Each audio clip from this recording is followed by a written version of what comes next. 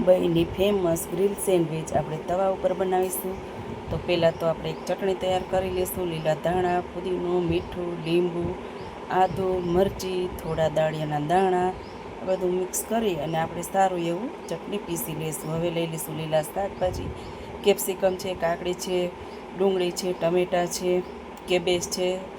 પછી લઈ લીધી છે આપણે બ્રેડ સ્લાઈસ, એની ઉપર ચટણી, ટમેટાં, બટેટા, પછી કેપ્સિકમ, મરચાં, તેની ઉપર સેન્ડવિચ બીજી બ્રેડ રાખી દેવાની, એની ઉપર પાછું બધાય લીલા શાકભાજી આપણે રાખી દેવાના, ચાટ મસાલો ઉમેરી દેવાનો ત્રીજી ઉપર પાછું, એની ઉપર પાછી આપણે એક સ્લાઈસ ઉમેરી દેવાની ચીઝ સ્લાઈસ, તેની ઉપર પાછી બ્રેડ, એની ઉપર બટર લગાવીને અને આ ત્રણે ત્રણ ભેગી કરી અને તવા ઉપર આપણે શેકવા રાખી દઈશું. બટર લગાવતું જવાનું ને તવા ઉપર શેકી અને એની ઉપર એક ઢાંકણ ઢાંકી દેવાનું. આ તૈયાર છે મુંબઈની ગ્રીલ સેન્ડવિચ.